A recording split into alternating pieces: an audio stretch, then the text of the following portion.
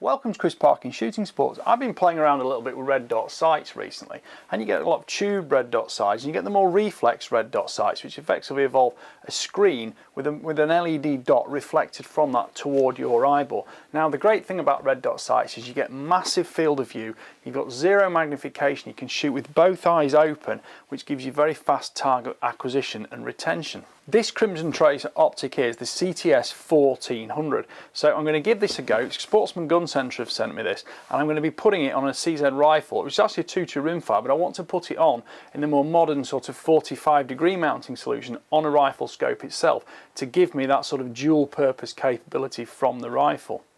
The basic specifications for this optic, we've got the Crimson Trace CTS 1400. It's a 3.25 MOA aiming dot, which means that at 100 yards effectively, that will be 3¼ inches in diameter. Halve that at 50 yards. Now these are generally close range engagement sights, so if you halve that, it's about 1.75 inches at 50 yards. That gives you a really good aiming dot to plant on the subject and make the shot, whether it be a steel gong or some kind of reactive target in another way. Includes a low profile 1913 Picatinny mount, which we're going to be taking advantage of, externally accessible battery compartment, wide field of view with superior glass quality, intelligent electronics maximise battery life when not in use. So those are the prime sort of factors it's advertising. We've got a 3-year limited warranty, free batteries for life, which is interesting. These usually have a very, very long battery life anyway, but we're going to see about this and we'll have a little look inside. Crimson Trace have been in existence since 1994. They defined and built the laser sighting category through design, innovation and performance. With an obsession to create best-in-class electro-optics, Crimson Trace is proud to further enhance the experience of shooters, hunters and rugged outdoor enthusiasts. So pop the box open. We've got an instruction manual. Let's have a quick flick at that. It's fairly thin. I don't think there's a huge amount to tell us. It's just a quick start guide, gives you a brief rundown of the factors and instructions of what's going on. It should be fairly logical, gives you the direction to adjust in for zeroing, and we'll give this a read through when we do the full review on it. We've got a Crimson Trace sticker, but here is the prime target effectively. This is the red dot sight itself. It's a little bit difficult to access when it's not mounted, but it comes under a nice rubber cover which is going to protect it, and that is it. So that is actually very, very nice. It's slimline, low profile, and that's going to fit really well, hopefully, on this rifle about there to give me that sort of 45-degree point and shoot solution. If we look at what's underneath, we've got the standardised mounting structure here. It says made in Japan, which is always a sign of good quality. And then if we look elsewhere inside the box, what have we got? We've got 2 Allen keys. We've got a small bag here with probably a battery in it. Yes, we've got a battery in there. That looks like a CR2032 battery. And then here is the 1913 Picatinny mount. So squeeze that open, pop that out. That's got screws with it as well. I think that bag's going to be one to tear open there.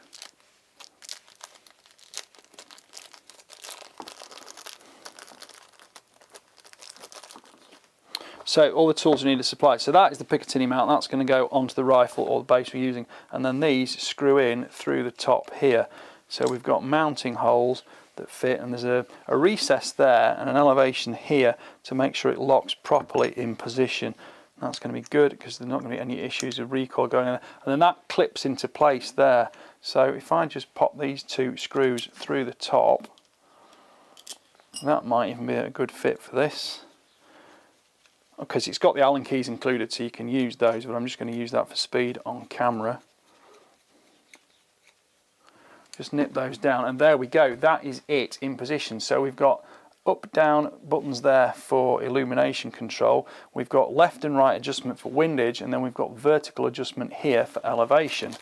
So let's have a look and see how easy this is to set up, or whether I need instructions. Just make sure there's nothing left in those. So we've got an Allen key here for elevation adjustment, up and down. You can feel there's some quite good detents on those, so we can make sure that's adjusting cleanly. I'll check the click value in a moment. Similarly for windage, left and right. that Allen key there will nip those properly in position. So that's there, and then we've got another Allen key here which is for the Picatinny mount on the bottom. So let's have a look and see if we can see where that battery fits, because it might actually go in underneath. Now it's a little bit tricky to see to start with, but it would appear that the battery goes in this little slotted compartment on the side. It's a little screwdriver or something just to pop in there, and that will then clip open. It fits in with positive up, and then that will slot back in position and click in place there. So I can see that red dot is actually now on inside, and I've got adjustable brightness. This will be a lot better outdoors because I'm obviously full of lights in here for the video, but I've got up and down for brightness there. Let's just move that to one side. Now the click value for zeroing it is 1 MOA per click, which is fine because it's generally going to be a close range sight, so you don't need super fine adjustments on it. And I'm just going to put a 45-degree mount on here. These are available all over the place, they're not expensive. And if you've got rifles got a Picatinny rail on it, you might want to add it on top. I did a red dot sight the other week using the CZ Scorpion, which of course has got a load of integral Picatinny rail to it, but I wanted to look at a different option for this rifle. So let's just put these in here. They're quite fiddly small screws. Now I'm positioning this at 45 degrees, so effectively I'm looking down between the elevation and windage dials. I'll just nip this in place. We can tweak this and adjust this once we've got it set up, but essentially that's going on there. And now we can put the red dot sight on top of it. Just slacken off these mount screws.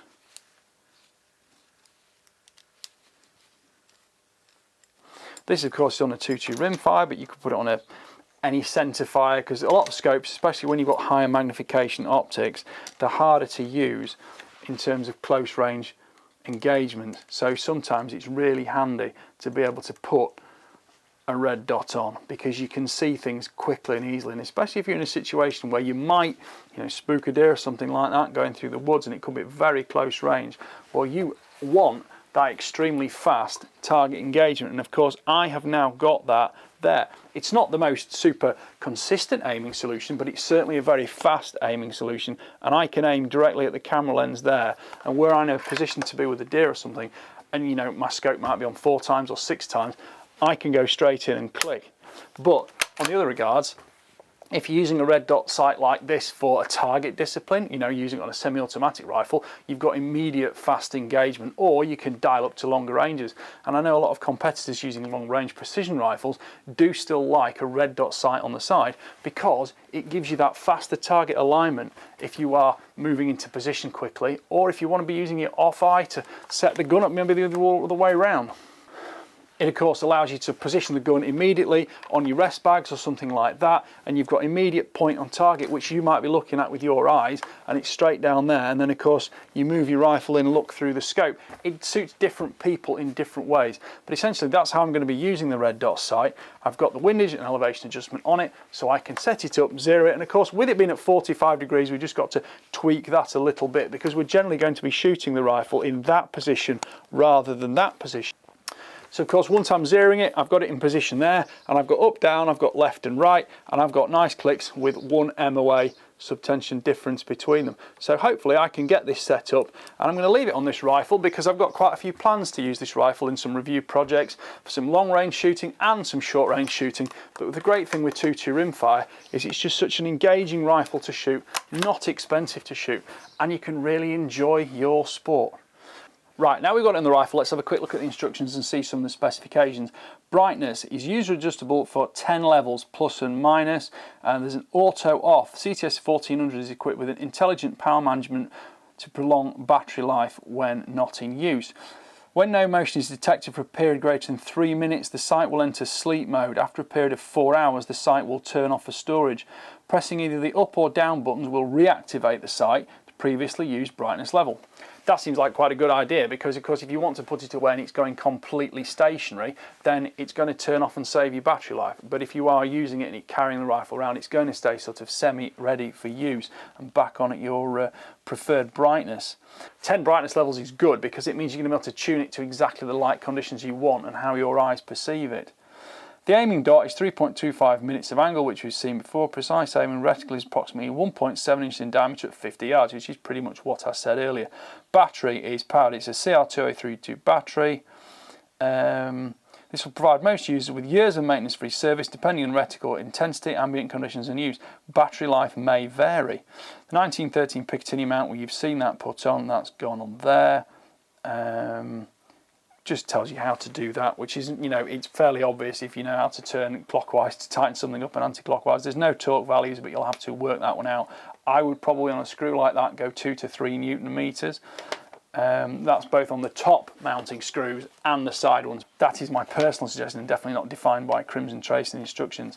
Right, the adjustment directions are listed on here, but they are also on the Optic itself. Right, maintenance and troubleshooting listed there. Lens care. The external optics of the CTS 1400 are generally resistant to scratches and common firearm cleaning chemicals. Obviously, don't get them covered in barrel cleaning solvents, which you probably wouldn't try to do anyway. Periodically, the optics may become dirty from normal use. Crimson Trace recommends using the included microfiber cloth for cleaning. I didn't see that, but it's probably in the box somewhere. Product installation and mounting, we've pretty much done. Oh, it does actually here say the clamp screws up to 25 inch-pounds. Free batteries for life. Your product qualifies for free batteries for life. Product registration required and other terms and conditions apply. For information, please visit www.crimsontrace, blah, blah, blah, blah, blah. 3-year warranty, which is very nice. Battery warnings, as usual. Things like these batteries, don't let kids have them and swallow them because it tends to burn their stomachs. But again, that's just general sensible use in real life. Right, let's get it set up. Let's go shooting with it, because I love shooting 2-2 rimfires and it's going to be great fun using a red dot with one. And I might even try doing some moving targets, because providing I can tag somebody along, I've got my the Borgie will be back out now that the weather is improving and it's not quite so muddy on the ground. Right, thank you for watching. Please like, subscribe, comment, click the notification bell and keep track of the regular uploads, and have a great day and enjoy the spring as it's coming upon us, because it's making everybody a lot happier with the birds singing outside and the days getting longer and the temperature getting warmer. Thanks for watching. Bye for now.